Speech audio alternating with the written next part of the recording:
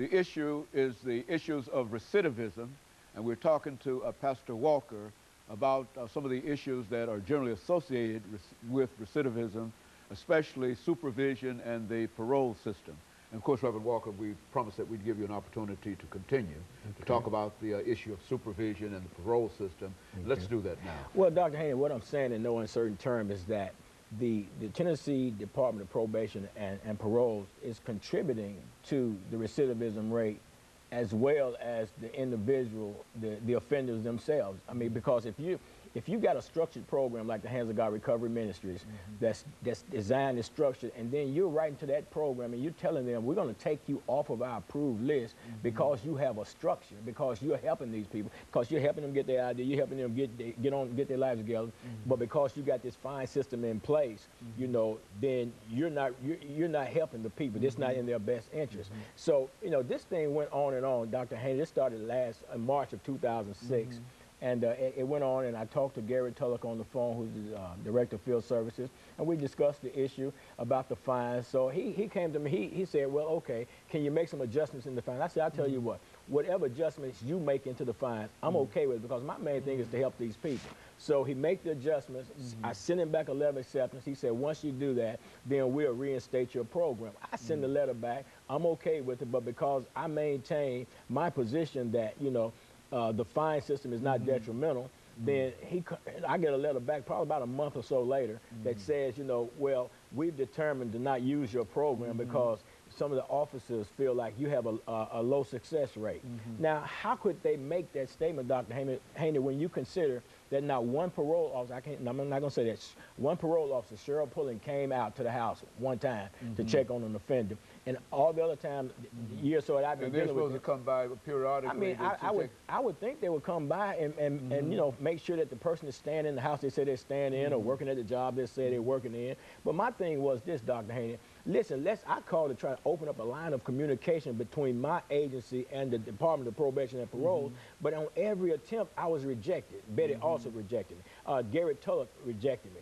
I mean, because I said, let's sit down with the parole officers and myself. Let me present my ministry program to you all, and let us come up with a system whereas we can work together so we can adequately and properly supervise the ex-offenders so that they'll have a chance at living life.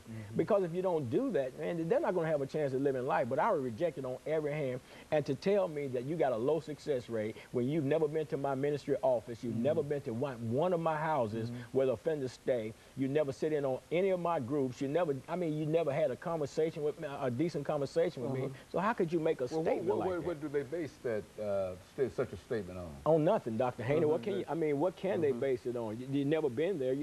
I mean, they couldn't even tell me what they wouldn't even know how my office looked. You know what I'm saying? Because nobody's ever been there. Well, this whole issue of fines, exactly what I mean. What are we talking about here? I mean, is there a amount associated with these fines? Absolutely. Say for instance, my houses are non-smoking houses. Okay. So I say, as a deterrent to smoking in my house, then if you light up a cigarette in here, you're going to pay a $100 fine. Now, that's a great deterrent because I'm not willing to pay $100 to smoke a cigarette. So chances are you're going to think about that. You're going to walk outside. That's right. See, the fines are not designed to be collected. The fines are designed to make sure you follow the guidelines. You know what I'm saying?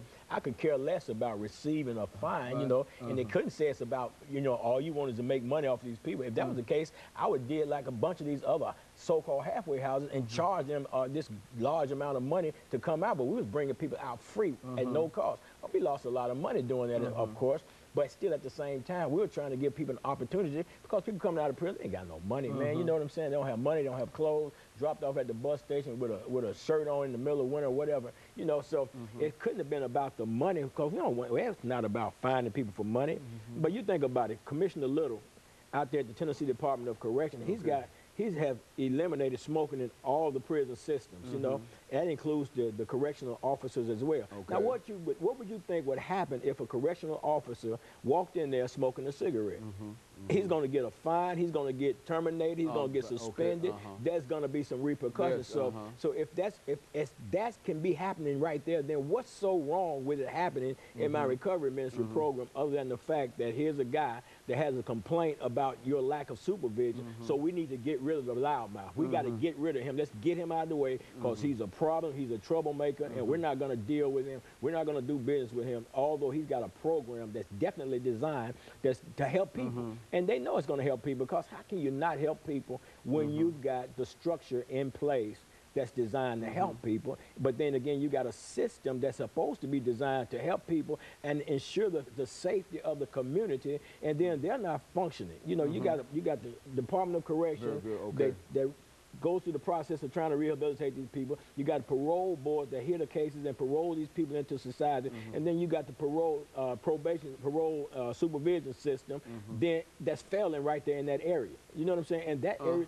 the vehicle is not running on all cylinders. Well, it seems to me that, and as you're indicating, that one of the real issues dealing with the whole system is supervision. It's a whole. Individuals have some idea about what these individuals who've been paroled or whatnot, who are at these houses, have some idea of what they're doing. Right. They don't. I mean, a lot of them don't have a clue. Dr. Haney, even with this sex offender registry thing, man, I put up a sex offender. He had used my address at my house, my residence, to say that's where he lived. And I called down there, and it's still listed on there. So I mean, they're not supervising the people like they should. And then when the people recommit these crimes, then they want to shift the focus just on the individual. But then you got to look at yourself. Let's go in-house with this thing. What are you doing in-house to make a difference? I mean, are you really supervising these people? Or are they just popping up in your office saying they're working here or saying they live in there? Because I got another offender that came out, supposed to have been in my program, was never in my program.